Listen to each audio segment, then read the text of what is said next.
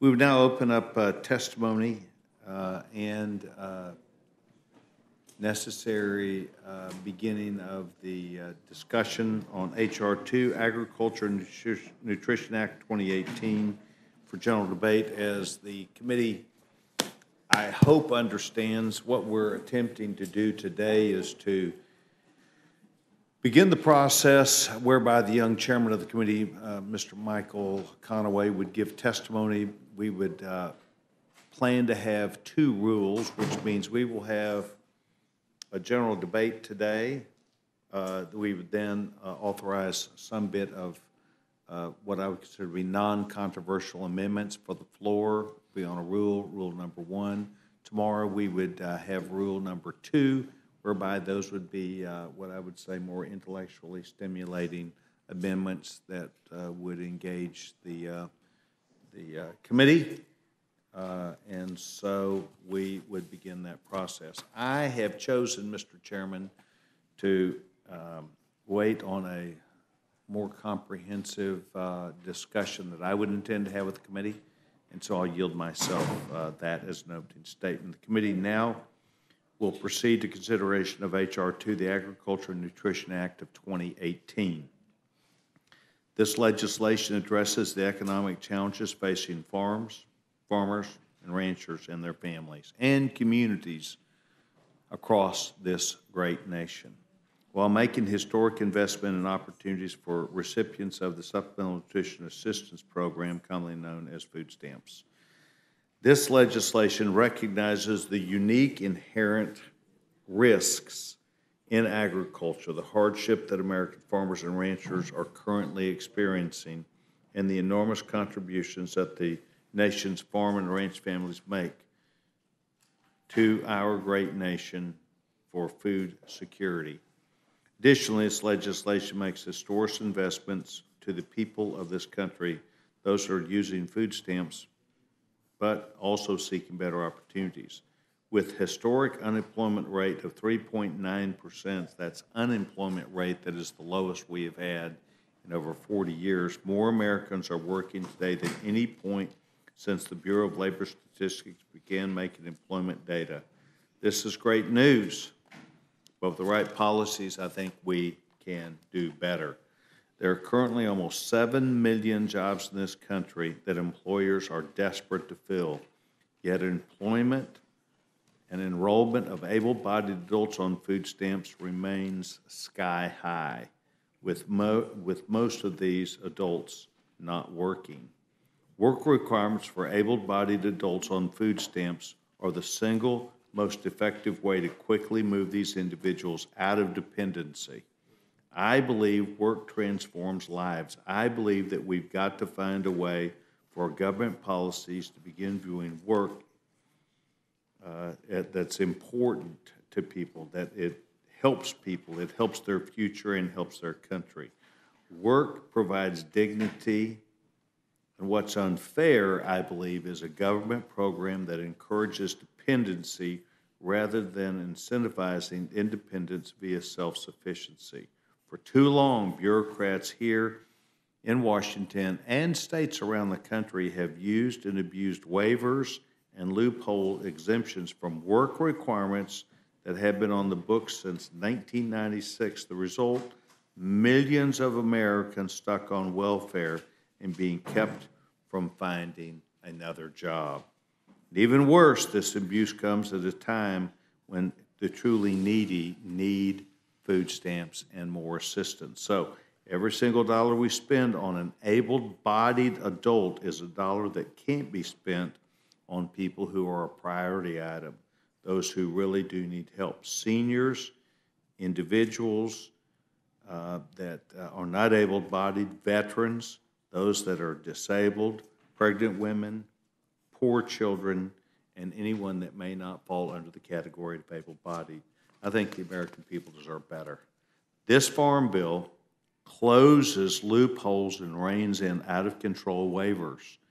It expands work requirements to allow more able-bodied adults, finally making food stamps a springboard from what I think is back to work instead of a barrier to it. Right now, our welfare system robs people of the opportunity to work. I hear from employers all the time, not just in Dallas, Texas, but across Texas, that they have jobs that need to be filled and workers that they need to fill them. Giving able-bodied Americans a choice to work or train, I think, empowers them to regain their independence. Any able-bodied adult choosing not to participate is self-selecting and should self-select themselves out of the program. I've seen firsthand the power of work to empower people, including my son, a Down syndrome young man who is not able-bodied, cannot take care of himself, but who works because he believes it's the right thing to do, not only for self-dignity, but he's also given a chance. He works at Home Depot in Dallas, Texas. He works for 20 hours a week, which is the maximum that he would be allowed under federal law to work, but he gets up and participates.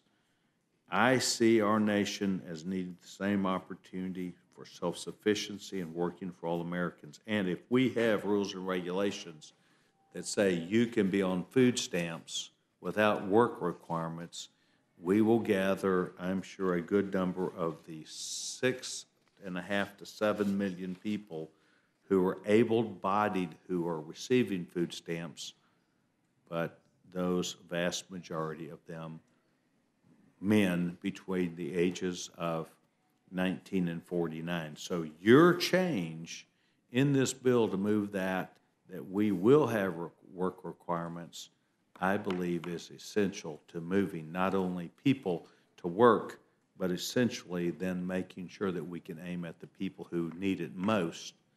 Able-bodied adults should get out and have to hustle and not be able to receive something that is aimed for people who need it most. So I appreciate you taking time to be here, Mr. Chairman. I will allow, as I should, the gentleman from Massachusetts to offer any statement that he chooses to make. Gentleman's recognized. Well, thank you, Mr. Chairman. Let me begin by saying that our ranking member of the Agriculture Committee, Colin Peterson, will not be attending the Rules Committee. I had a conversation with him, and he, in his words, does not want to legitimize what he believes is an illegitimate process. And for those who know Colin Peterson, he's one of the most honorable men that serves in this Congress. He's one of the most conservative Democrats in this Congress. He agrees more with you guys than he does with me on most issues. And if you can't strike a bipartisan deal with Colin Peterson, you can't strike a bipartisan deal with anyone. I will give an opening statement because I'm not going to ask any questions. I'm on the Agriculture Committee. I asked a series of questions, and no one knew any of the answers to them. So I don't think it's worth me getting into a question and answer session here. I want to focus on the nutrition title, as you did, Mr. Chairman. I serve as the ranking member of the Nutrition Subcommittee, and I found this entire process, quite frankly, to be offensive. As I said, I'm the ranking Democrat on the Nutrition Subcommittee. I didn't see one word of the nutrition title until it was released to the public. No Democratic member on the subcommittee was consulted in drafting any of the language in the nutrition title. And from my conversations I've had with many of my Republicans on the subcommittee, none of them seem to want to admit to having any role in drafting this language. We were given the text of this bill and expected to just go along with it. And I can't for the life of me figure out where some of these ideas came from. The controversial provisions in the nutrition title seem to have appeared out of thin air. They certainly did not come from 23 hearings on SNAP that our committee conducted prior to the drafting of this bill. Not one of the 89 witnesses we heard from suggested gutting the SNAP program or taking food away from hungry families, as this bill does. In fact, the experts that appeared before our committee agreed with me that SNAP is an important program that helps families put food on the table when times are tough. It is deserving of our support. Many of our witnesses suggested ways to make the program even better through modest improvements. Had the majority listened to them, we would be having a very different conversation here today. I'd like to take my time this afternoon to just set the record straight about some of the things that I've been hearing from some of the my Republican colleagues on the Agriculture Committee about this bill. First of all, let's be clear. H.R. 2 cuts SNAP benefits, that is money for families to purchase groceries, by over $23 billion. That's a fact. That's not a number I made up. It comes from the Congressional Budget Office and the nonpartisan experts that rely upon for analysis. Perhaps you've heard of the CBO. Now let's break that down further. This bill cuts $9.2 billion in benefits for vulnerable adults like veterans, teenagers just aging out of foster care, chronically homeless individuals, and older adults up to the age of 59 who are out of work. It takes that money, again, money that was used by these people to purchase food for themselves and their families, and it plows it into a massive, untested, and vastly underfunded new government workforce bureaucracy. This program will not be able to reach all of the SNAP beneficiaries who need access to job training in order to remain in the program. Now, don't take that from me. A CBO, and that's short for the Congressional Budget Office, the nonpartisan experts, and they said, and I quote, states would not be able to offer training to all eligible recipients when the requirement takes effect in 2021 or even by the end of 2028, end quote. This bill also cuts over $5 billion in benefits for working families with kids by eliminating categorical eligibility, an important state flexibility option. According to the CBO, those nonpartisan experts, 400,000 households would lose SNAP eligibility if this provision becomes law. CBO also estimates that in an average year, 265,000 children would lose access to free school meals. As I said earlier, school bullies go after lunch money, not members of the United States Congress. The bill cuts $3.8 billion in benefits, primarily from households with kids, by mandating child support enforcement. But get this, according to CBO, it costs $7.2 billion to implement, almost twice as much as it saves. Why? I mean, who came up with this? Now, this may play well on Fox News, but spending $7 billion to recoup less than $4 billion is what I would call a terrible idea. Because of other changes in this bill impacting families with heating and cooling costs, 560,000 households will have their benefits reduced by an average of $84 per month. That's not according to me. Again, it's according to those nonpartisan experts at CBO. This provision is most damaging for disabled households or families with children who will have to collect additional paperwork and make unnecessary trips to the SNAP office. It seems to me this is simply another barrier to prevent families from accessing benefits. Now, analyzing these numbers from the nonpartisan CBO, there is simply no way to arrive at the conclusion that benefits won't be cut or that families will not lose access to food assistance. Now, I've also heard, I'd also like to correct some of the other misrepresentations I've heard from some of my colleagues about this bill. First, let me state this as clearly and as plainly as I can. The majority of people on SNAP who are expected to work do work. Of that population, nearly 3/4 of adults who participate in SNAP in a typical month work in either that month or within a year of participation in the program. Those who participate in SNAP for longer periods are children, are senior citizens, or they are disabled. Now, some of the higher figures my colleagues are citing about able-bodied adults are misleading. These numbers show participants in a month when they are on SNAP and most likely to be temporarily out of work. Now, I asked for a hearing on able-bodied adults without dependents, and I asked for it and I put it in writing, and that was the one hearing we didn't do in the Agriculture Committee. But I also have to note that SNAP participants are working in jobs that don't lift them out of poverty or provide them with enough money to buy food, and that some workers rely on SNAP for help when they are in between jobs. I think if you ask those beneficiaries, Mr. Chairman, if they prefer the $1.40 per meal that SNAP provides or a decent, stable job that pays them a living wage, I can guarantee you that they would resoundingly say they would prefer to work in a well-paying job. But even with low overall unemployment, many adults struggle to find stable work, and available jobs don't always align with the skills that these workers have or where they live. And the work training program that is concocted in this bill falls woefully short of addressing these issues. If every eligible adult chose to participate in this workforce program, states would receive a mere $30 per month per training slot to provide 80 or more hours of a work program. No quality job training program could operate with such little funding. In fact, studies suggest quality job training programs cost between $7,000 and $14,000 per participant. States would need to mass produce make-work programs to meet these responsibilities under this bill. They wouldn't be able to construct quality programs that actually help lift people out of poverty.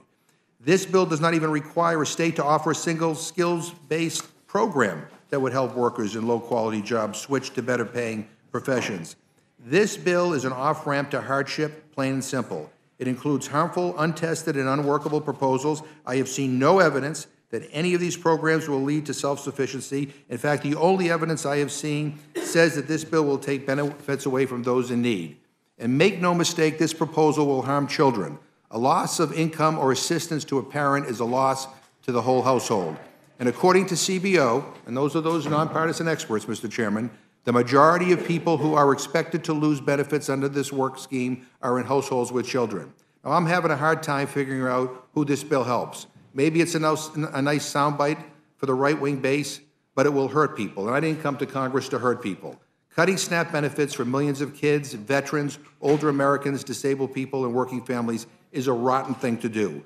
This bill does not align with my values. I was not raised to turn my back on people who are struggling or to make them political scapegoats.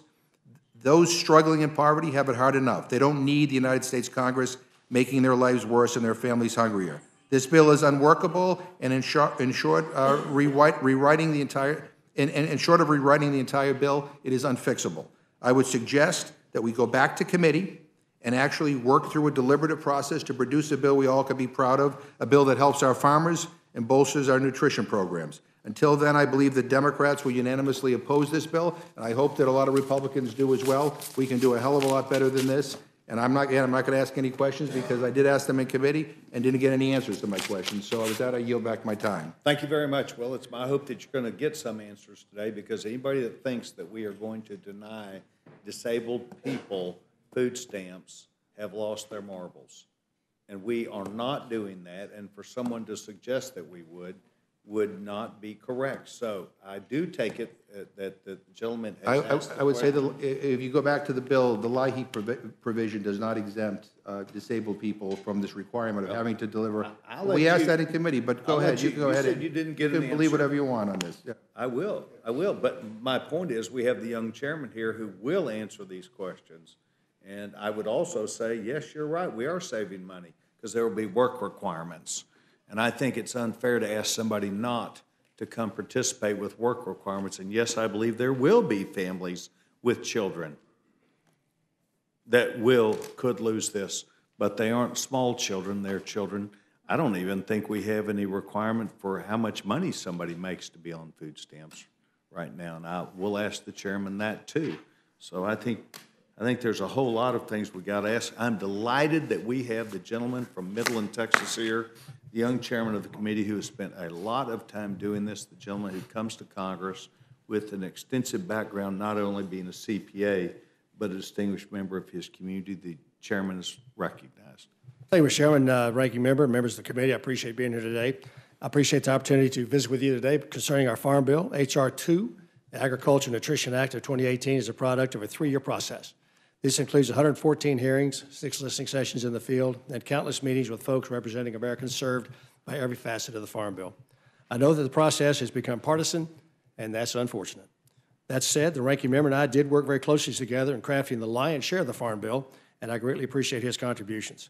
Ultimately, the committee reached an impasse over the nutrition title, primarily over the question of whether work-capable adults should be work or get free training for 20 hours per week to be eligible for SNAP benefits. I respect the views of my colleagues on the other side of the aisle on this question, even though I do not share their conclusions. I believe that the best measure of success for SNAP is how many people on the program can help land a better job that puts food on their table, a roof over their heads, and a better and brighter future for them and their families. I have an abiding faith in the dignity of work and the promise of a better life that work brings to people. I know my friends on the other side of the aisle feel as passionate about this topic as I do, although from a much different perspective. I hope that members on both sides of the aisle, including me, can learn from each other this week as we debate this issue. Outside of SNAP, I want to underscore to this committee just how important passage of the Farm Bill is right now. We're in the midst of a 5-year recession in agriculture. Farmers and ranchers have seen net income drop by 52%. This is among the steepest declines in net farm income since the Depression. 3 Wall Street Journal headlines help tell the story. One headline reads, "The next American farm bust is upon us." Another reads, "To stay on the land, American farmers add extra jobs." That article chronicles farmers taking a second and even third job, working 16 hours a day just to make ends meet. And finally, the article, which really hits home, reads, "Farmers across High Plains brace for hard times as drought bears down." Ladies and gentlemen, Middle Texas, my hometown, has seen about 1 inch of rain over the past 195 days. I know the members of this panel have seen natural disasters up close, including hurricanes and droughts and wildfires. It is heart-wrenching. Farmers and ranchers feel the effects of these natural disasters first and hardest. And this is a big part of why we have farm policy in this country. But it's important to understand that even farmers and ranchers in parts of the country enjoying relatively good growing conditions are struggling right now. Losing half your income will do that. A big part of the problem for our farmers and ranchers is that foreign countries, including China and India and other world players, have been doubling down on their already high subsidies, tariffs, and other trade barriers. These barriers to trade distort global markets, depressing the prices that our farmers and ranchers receive in the marketplace. Just last week, our government called out India for trying to hide its illegal subsidies by not reporting them to WTO. And not long ago, we discovered that China illegally over-subsidized just 3 crops by more than $100 billion in a single year. To put that in perspective, it would take us more than 8 years for the entirety safety net of what we, under this farm bill, to spend that kind of money. That is what our farmers and ranchers are up against, and these incidents are not exceptions to the rule. Meanwhile, here at home, we've been cutting back on support to farmers and ranchers. As you know, the 2014 Farm Bill pledged a $23 billion in taxpayer savings. However, the latest CBO, and I think that's probably the same CBO that my colleague from Massachusetts referenced, budget baseline says that the savings will actually exceed $112 billion, nearly five times what was pledged. These savings are partially a result of reforms in agriculture that build on previous market-oriented reforms that began in 1996. The farm safety net, specifically the commodity and crop insurance titles, today constitute about 0.25% of the entire federal budget. Yet, for this investment, Americans enjoy the lowest grocery bills in the world, and American agriculture provides us with a rare trade surplus while creating 21 million American jobs. I say all this because I'm not always certain that everybody in Washington fully appreciates just how much is at stake here and just how precarious the situation is right now in farm country. We're preparing to take a farm bill across the floor of the House amidst conditions where many farmers and ranchers across this country are just one bad year away from being forced out of business. And they are increasingly telling their children to head to the city because there are no way that a farm can support them all. And the number of full-time farmers and ranchers, the ones primarily feeding and clothing this country and much of the world, is dwindling. This despite the fact that we're speeding toward the day when 9 billion people will inhabit this planet, all needing to be fed and clothed. There are many things I'd like to tout about this farm bill, but I am proud of the committee's work product, but I want to leave you with this thought as we deliberate on the rule that will govern debate over this legislation. A cottage industry has grown up in Washington, D.C. that is bent around the axle over undoing foreign policy. Many of these groups, from both ends of the political spectrum, are well-heeled, and they spend an inordinate amount of time and resources on this area of policy that is actually working well. I fully support a full-throated debate over the Farm Bill, but I also want everyone to be aware of just what's at stake. I have great respect for the chairman and ranking member and the members of this committee and trust that you will work to strike the proper balance to ensure that the Farm Bill debate is informed and is worthy one. I, like you, mourn the passing of the former ranking member, Louis Slaughter, who served this institution with dignity and terrific work for a number of decades. So, with that, Mr. Chairman, standing ready to answer questions. And thank you for this opportunity to address the committee. Mr. Chairman, thank you very much. There are going to be people who move off food stamp rolls. Is that correct? Yes. However, with them moving off, it's because they would choose not to. Would Two that groups. be a true? One of the goals of the bill is to do the best job we can to treat every American family every family in America exactly the same way. Federal policy shouldn't be dependent on which state you live in. And so we have states that have allowed families making more than 200% or making up to 200% of poverty to be on food stamps. We've got states that ignore the asset test, while we have other states that that enforce those rules. And so the goal is to treat every family alike. And so those families that make too much money to be on the program, yes, they will be asked to come off the program. And then the others that you're speaking of, those who have been helped, who found a job, who found a training through these the programs that the states will run and control and set up amidst their existing processes, or simply said, you know, those SNAP benefits just aren't worth the effort. And so those are the three groups that would be affected. So it sounds like you drew a line to 100%. Well, 130% is where the line is. 130%. Other states have, and you know, Texas is at 165. So you and I have got skin in reducing these numbers from our own state. But 130 is the mark at an asset test. The asset test was, those numbers were set in 1977, had not been updated since. We inflate those numbers to a more rational number today. As an example, the car that does not count against your asset test could be valued at $4,650 today. We move that to $12,000 because that appears to be a better car that gets folks to and from work. We exempt the first $2,000 of cash that a family would accumulate because that's just good family financial planning. Right now, that cash counts against them on their asset test. And then we inflate that number of assets that do count against your test to about $7,000 from $2,000. So we do good work on that side. We keep the 130 as the mark, and we simply say every family in America who is below those marks gets food stamps. If you're above those marks, then you make too much money or your assets are too large to participate in the program. So the changes that were made came as a result of feedback as you did these hearings across the country? That and private conversations we've had. I've got great staff that's working on this, but 3 years worth of trying to gather as much input. The goal that I set in 2015, when John Boehner was still the speaker, was to address SNAP without any dollar signs involved. We wanted to find the very best policy we could put in place, irrespective of how much it might or might not cost, knowing, of course, at some point in time we'd have to figure that out. But I wanted to be able to say, here's the best policy we could come up with. Then if we couldn't afford it, the changes that you would make to get into what you could afford would be focused on that end goal of getting to the best policy.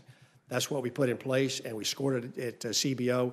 All that money stays within SNAP, and while the ranking member cherry-picked certain numbers to say that we take money out of SNAP, truth of the matter is all the money stays within SNAP.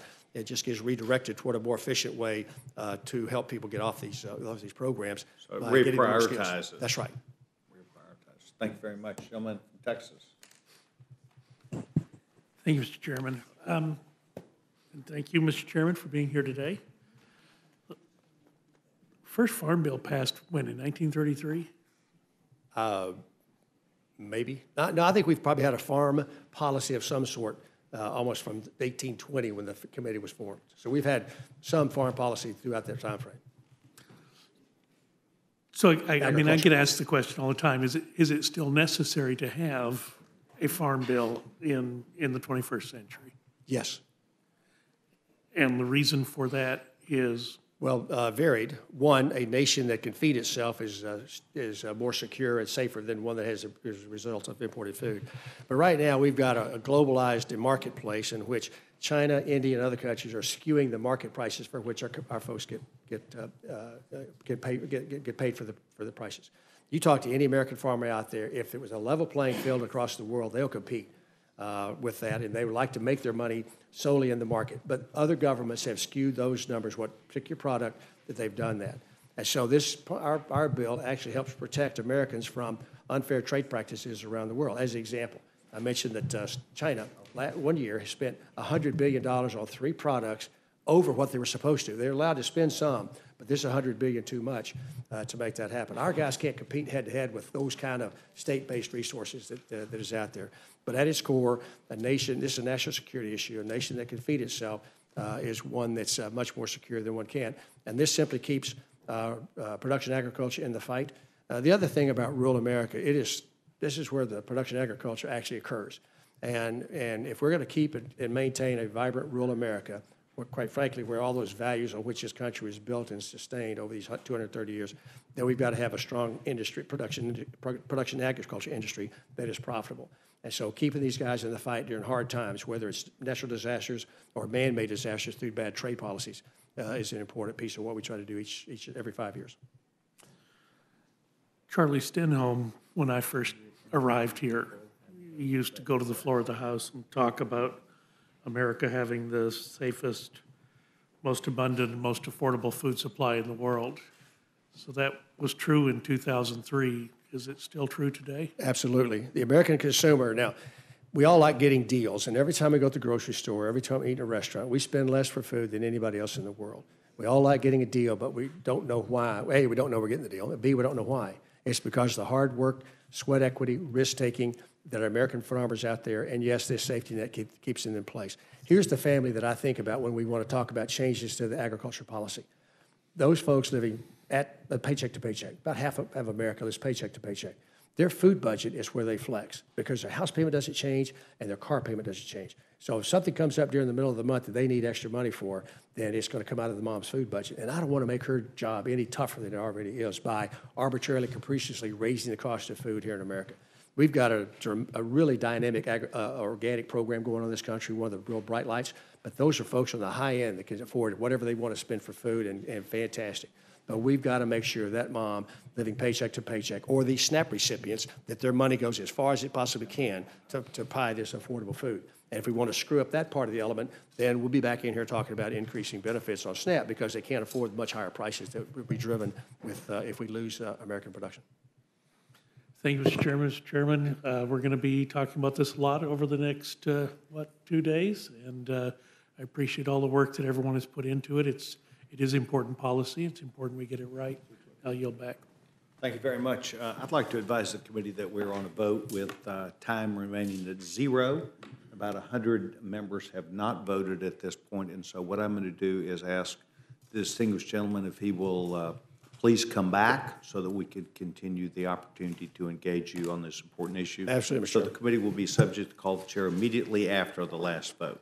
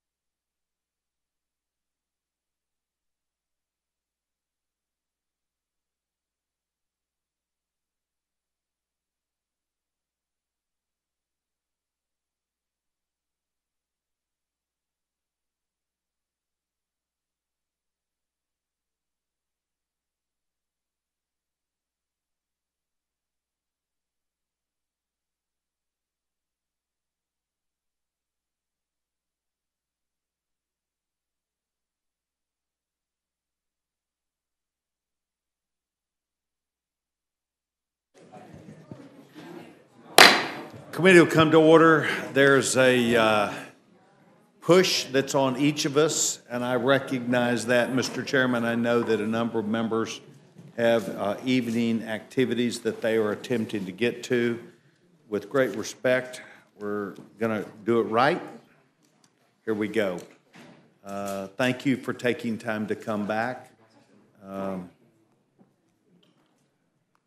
Does the gentleman have any questions? I just wanted to respond to something you said, Mr. Chairman, because I think it's important.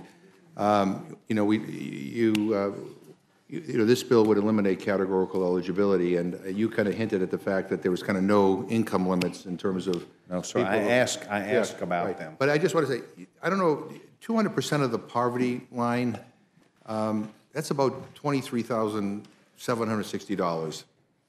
That's not a lot of money. And right now, some states, like Massachusetts and others, Texas employs categorical eligibility. I'm not sure what the limit is in Texas.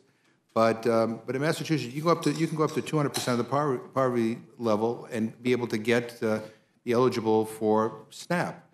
And states have this flexibility, as well as to waive the asset test, which alleviates a lot of the bureaucracy and a lot of the administrative burden. But what this bill does is it says that all states, including those, and Texas is one of these states, by the way, which is above 130% of the poverty line. This bill says it's 130% of the poverty line. That's $14,850. And in Texas, there's a lot of things that will impact Texas, but just by eliminating categorical eligibility, 125,000 people will lose their benefits. I think that's a pretty big deal. And, I mean, you can vote how you want, but if you vote for this bill, I'm glad you're not my congressman. The other thing is, I'd like to ask unanimous consent to insert in the record a letter that was sent to members of Congress from the Consortium for Citizens with Disabilities. This is a coalition of over 100 groups, some of which are the American Academy of Pediatrics, the American Association of People with Disabilities, the American Association on Health and Disabilities. I can go on and on and on, but over 100 groups who strongly oppose this bill. Without objection. Because they believe that this will have a negative impact on the disability community. So I insert that in the record, and I yield back my time. Thank you very much. And I would just tell the gentleman, we've had testimony from the gentleman, Mr. Neal, who talked about 60,000 jobs that are going begging in the Northeast. 60,000 jobs in Dallas, Texas. And once again, we're not talking about disabled people.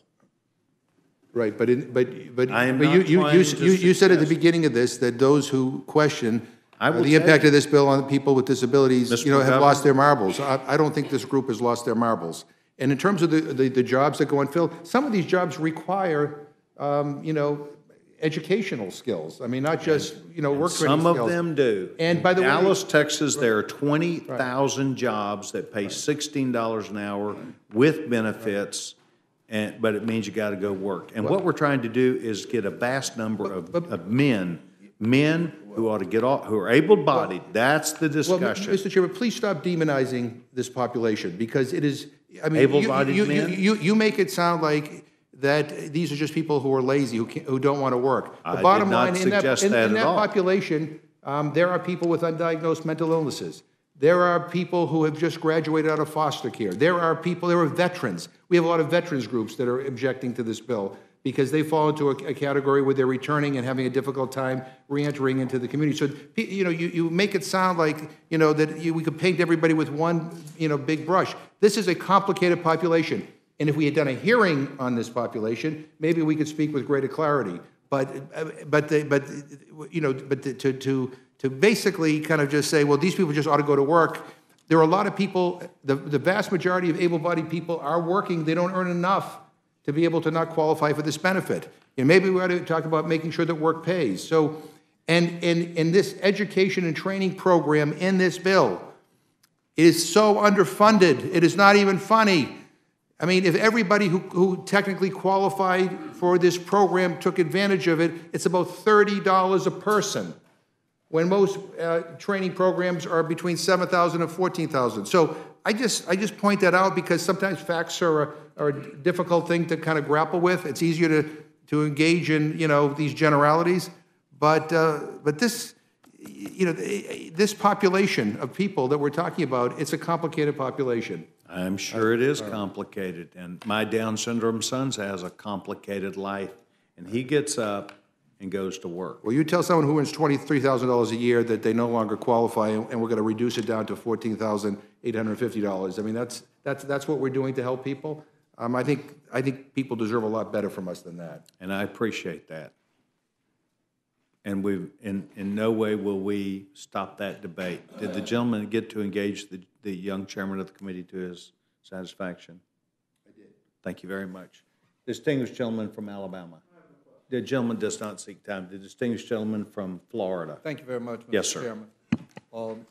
Chairman Conway, some of the argument that we just heard deals with the circumstances. Am I correct that the Work Opportunities Investment Act is underfunded at this time, according to the figures? Is it? I'm not sure, but it would not surprise me if it's not in fact underfunded. This would allow funding to follow recipients into that program. All right. Now, we did in the 2014 Farm Bill, we created 10 pilot programs. Are those pilot programs completely evaluated before we head off in this new direction? No, previous administration got off to a slow start. 2-year implementation on the work program that we're planning for the states to do. We expect those 10 pilot projects to show fruit during that 2-year time frame, and that our states would be able to access that information and harvest from that the programs that might work in an individual state. So it'll be ready by the time the states are putting their plans together. And you don't feel that we should wait for that No, sir. experiment? No, sir. I think the evidence is clear that folks who have jobs do better, particularly in a state like Maine, which has gone through a similar effort. Their results were pretty dramatic in terms of work requirements, and the improvement it's made in lives and moving forward. So to wait seems to me a bit wrong-headed, particularly when you'll have access to the fruits of those pilot projects before the plans are fully implemented. All right. My big question with HR 2, it requires SNAP recipients to either work 20 hours a week or train 20 hours a week with an entirely new state-run bureaucracy in order to obtain the average monthly benefit of $135. Mr. Chairman, what if there are no jobs available in that community? So each state will have a floor of up to 15% of this work-capable population to be able to manage those life problems that happen. Somebody's working on a construction job, breaks an arm, and they can't work for 2 or 3, 4 weeks, whatever. The state can manage that circumstance to keep that person on work requirements. So they'll have up to 15% where they can waive the work requirements. We still maintain the geographical waiver that would be available. We tighten it down. Today, the entire state of California is under a work waiver using the broad interpretation. That doesn't make any sense when we've got a 4% unemployment rate. So for those areas that truly do have the unemployment experiences that you're talking about, they could get a waiver in that regard. But the states will have up to 15% of their population to be able to deal with those individualized kind of problems that no national policy could remotely hope to accomplish with. You kind of, I understand everything you said, and I agree with everything you said. But at the very same time, there are places where there are no jobs, period. Right. And what happens then to those individuals? Well, that's the waiver of the work requirement of up to 15% of the population. So if you've got a place that's either doesn't have enough jobs, the state can waive the individuals in that work-capable group for them individually, or if it meets the criterion for the particular area that's mechanically in there in terms of unemployment, then the work requirement would not apply to the folks in that area. So right. It looks like you got a couple ways to solve the thing you're concerned about. Well, I want to put some things on the record with reference to statistics, with reference to Florida and SNAP. The Agriculture Committee held 23 hearings on SNAP. We think 21, but okay. Okay, 21. The minority asked for an additional hearing to better understand the characteristics of the able-bodied adults without dependents, which never occurred. Over the course of these hearings, none of the ideas included creation of new mandatory state government bureaucracies for employment and training programs. You had 89 witnesses before the Agriculture Committee, and am I correct that not one of them testified that this body should eliminate categorical eligibility for SNAP benefits to pay for it? Ms. Ace, I don't recall the 89 testimonies that specific, so, but if you guys have looked at it specifically, I'll take your word for it. All right. In Florida. And by the way, it's broad-based. There are 3 different levels of categorical eligibility. We don't eliminate the 2, the narrow and the traditional. Those are still in there. It's the broad-based categorical eligibility where you hand somebody a piece of paper and it sweeps them into the system. So we don't, unlike the acts that went after in 2013, we go after the broad base, which is the most egregious, but we leave the other 2 in. So when you use that phrase, categorical eligibility, to encompass all of that, it's not exactly accurate. All right. In Florida, SNAP worked to support food security and financial stability for over 3 million people in over 1.5 million households, and that was in fiscal year 2017. That's about 15% of Florida's population. Participants in Florida received a total of $4.78 billion in benefits, resulting in an estimated $8.56 billion in net economic activity. According to the United States Department of Agriculture model, these benefits could have generated and supported an estimated 42,600 to 46,900 jobs, including 3,660 to 4,490 jobs in the agriculture sector. You may or may not know that I, along with my colleague Mario Diaz-Balart, represent a significant portion of particularly the winter vegetable areas in Florida and the cane sugar industry we represent as well, and a significant number of jobs are involved there. And interestingly enough, right around the area where all of this agricultural activity takes place, there are no other jobs. And I think what Chairman Sessions fails to take into consideration, and let me give him another statistic. He used that 16,000 jobs are available in Texas that are In Dallas. In Dallas alone. Well, in the nation, there are 6 million jobs that we don't have people trained up to be able to take. And I think we're being very short-sighted in this nation by not taking into consideration, even in the field of agriculture, how much artificial intelligence and other implements have cut activity for people that work even in the field. I grew up around farms, and I have seen the circumstances change considerably for the independent farmer, the small farmer.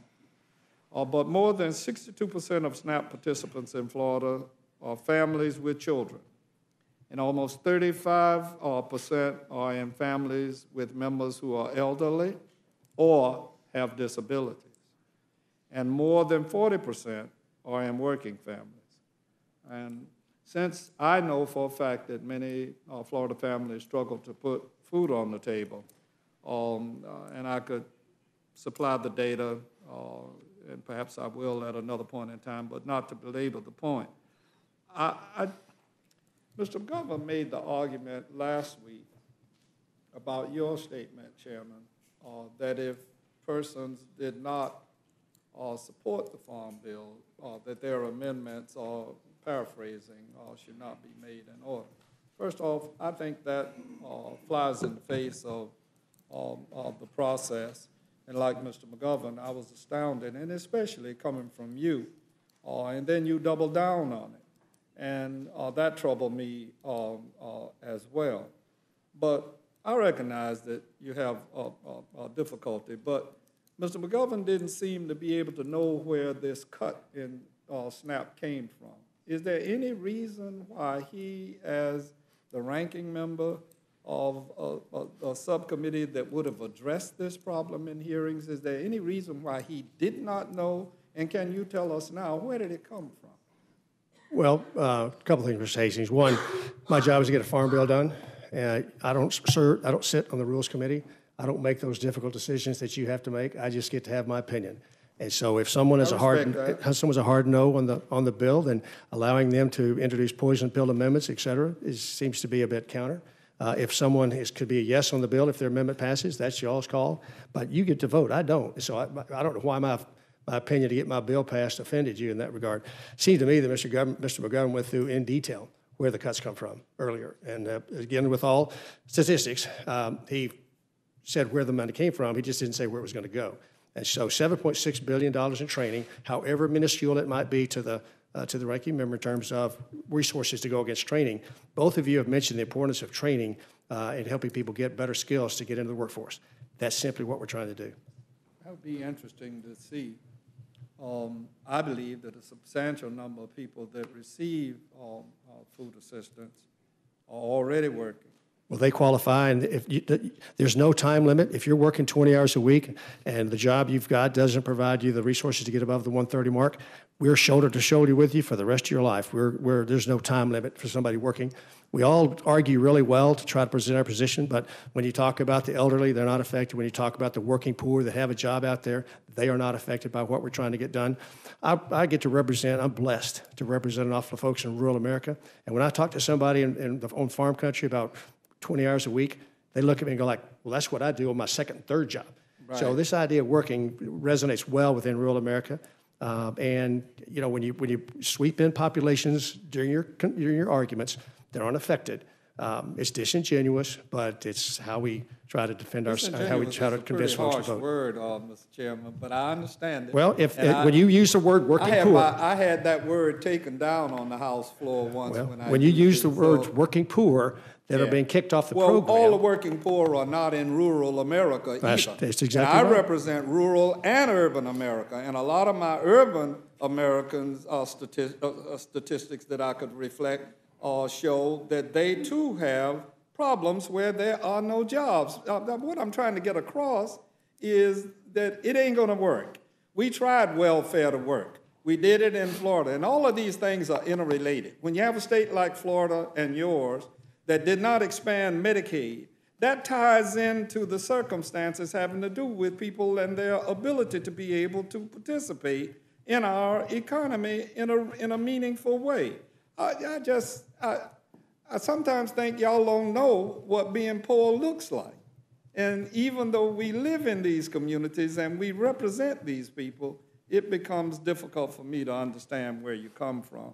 But it'll be on the floor. Y'all will have the big debate and what have you. And the poor people will get poorer, and the rich people will get richer.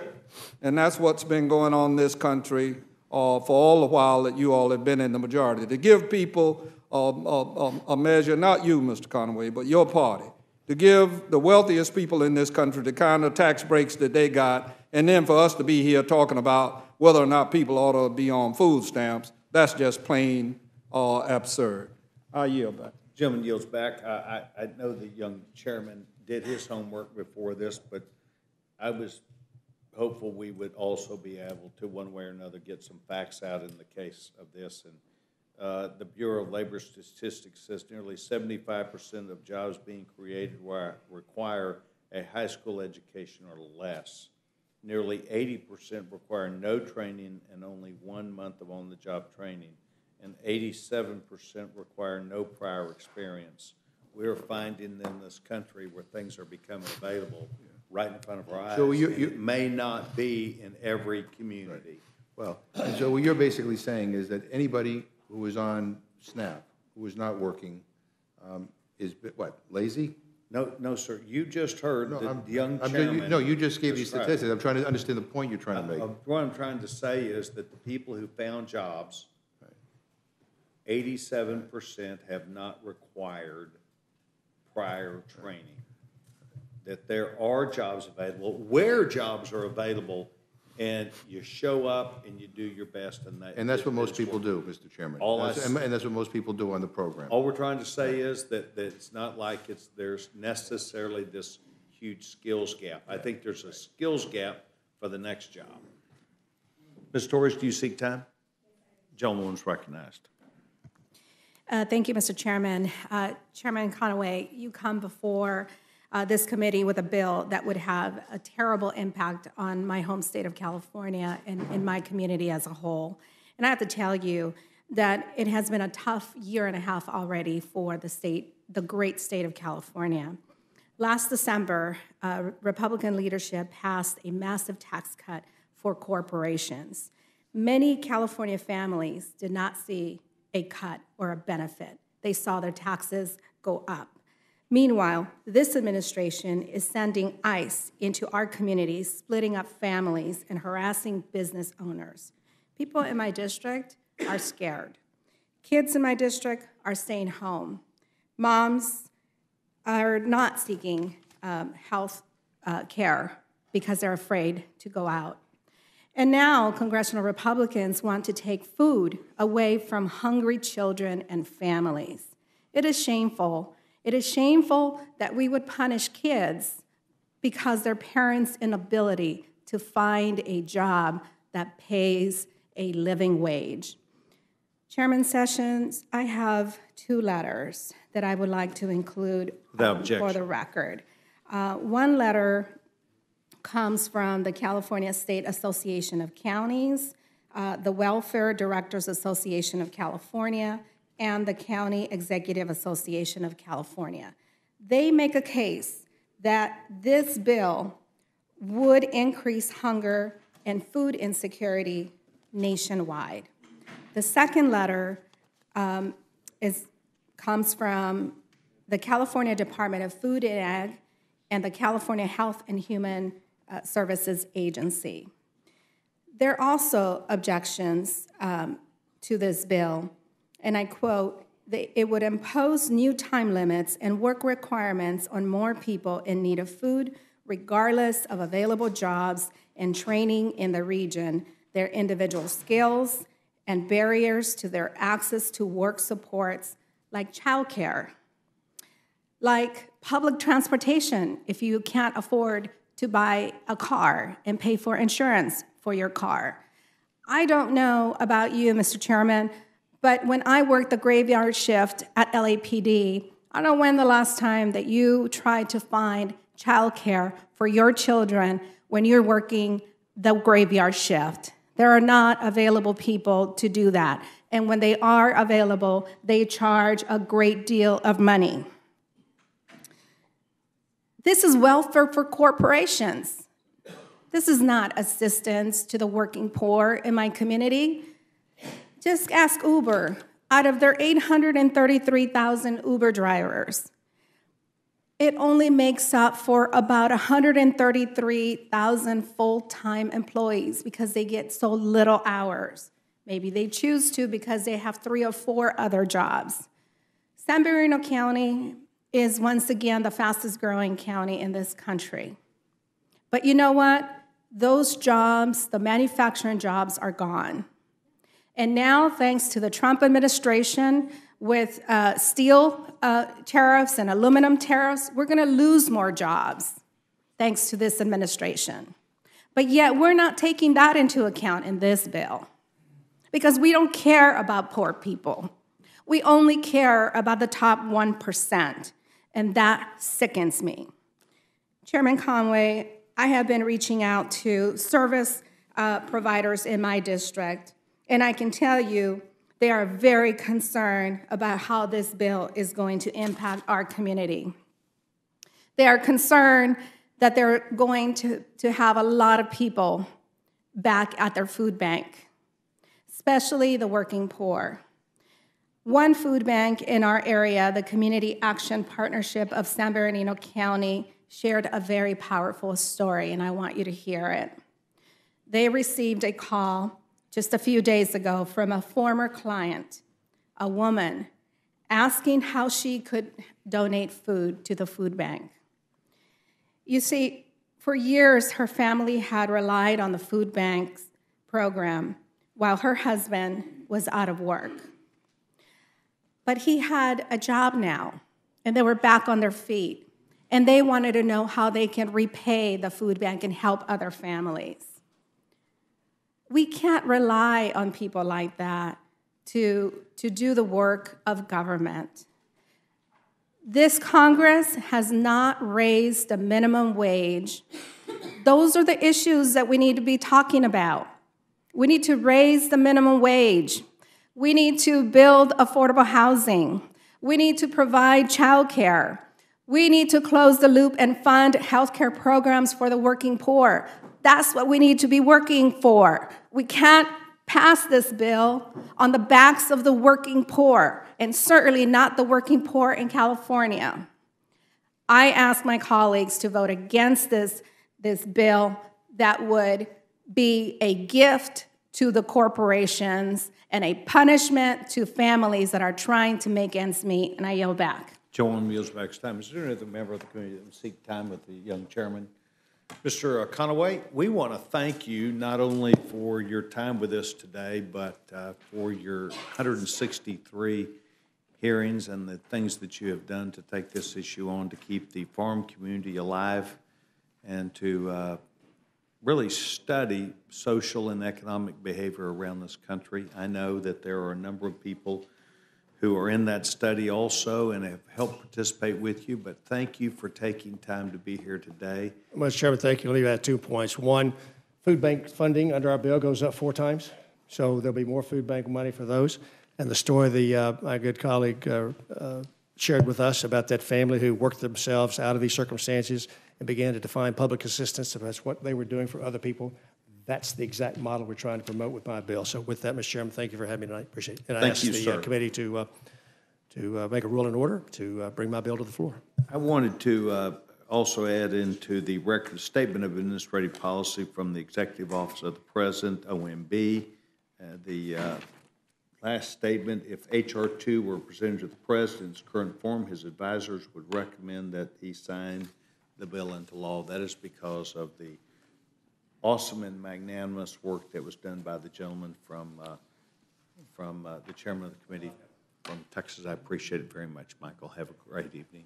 Okay, as we are now going to move forth so that we can get this bill on the floor tomorrow.